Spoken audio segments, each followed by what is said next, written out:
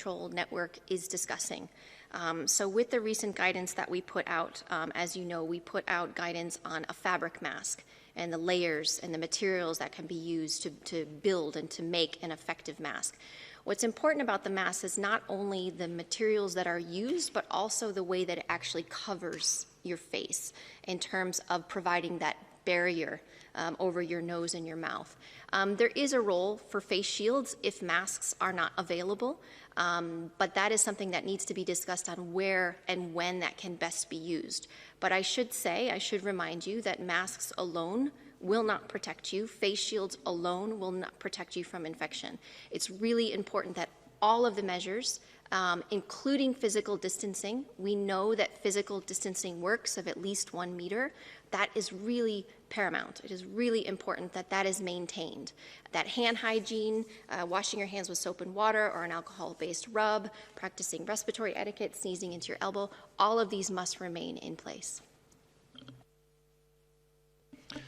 Thank you. Now we will go to Emma Farge from Reuters. Hello, Emma. Yes, good afternoon. It's a question about asymptomatic transmission, if I may. I know that the WHO has previously said that there's no documented cases of this.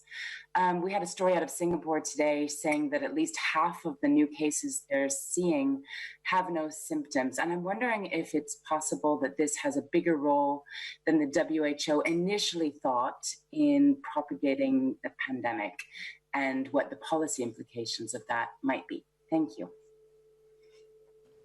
So I can start, and perhaps Mike would like to supplement. So there's a couple of things in the question that you just asked. One is the number of cases that are reported, that are being reported as asymptomatic.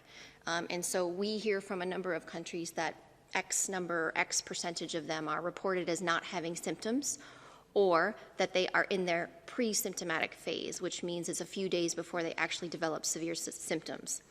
In a number of countries, when we go back and we discuss with them, one, how are these asymptomatic cases being identified? Many of them are being identified through contact tracing, and so which is what we would want to see, in that you have a known case, you find your contacts, they're already in quarantine, hopefully, and some of them are tested, and then you pick up people who may have asymptomatic or no symptoms or even mild symptoms. The other thing we're finding is that when we actually go back and say how many of them were truly asymptomatic, we find out that many have really mild disease, very mild disease. They're not quote unquote COVID symptoms, meaning they may not have developed fever yet, they may not have had a significant cough, or they may not have shortness of breath, but some may have mild disease. Having said that, we do know that there can be people that are truly asymptomatic and PCR positive. The second part of your question is what proportion of asymptomatic individuals actually transmit. So the way that we look at that is we look at these individuals need to be followed carefully over the course of when they're detected and looking at secondary transmission. We have a number of reports from countries who are doing very detailed contact tracing. They're following asymptomatic cases, they're following contacts, and they're not finding secondary transmission onward. It's very rare. And much of that is not published in the literature. From the papers that are published, there's one that came out from Singapore, looking at a long-term care facility. There are some household transmission studies where you follow individuals over time and you look at the proportion of those that transmit onwards.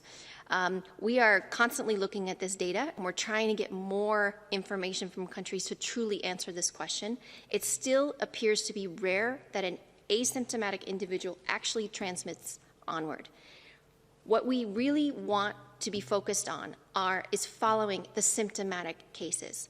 If we followed all of the symptomatic cases, because we know that this is a respiratory pathogen, it passes from an individual through infectious droplets. If we actually followed all of the symptomatic cases, isolated those cases, followed the contacts and quarantined those contacts, we would drastically reduce. I would love to be able to give a proportion of how much transmission we would actually stop, but it would be a drastic reduction in transmission.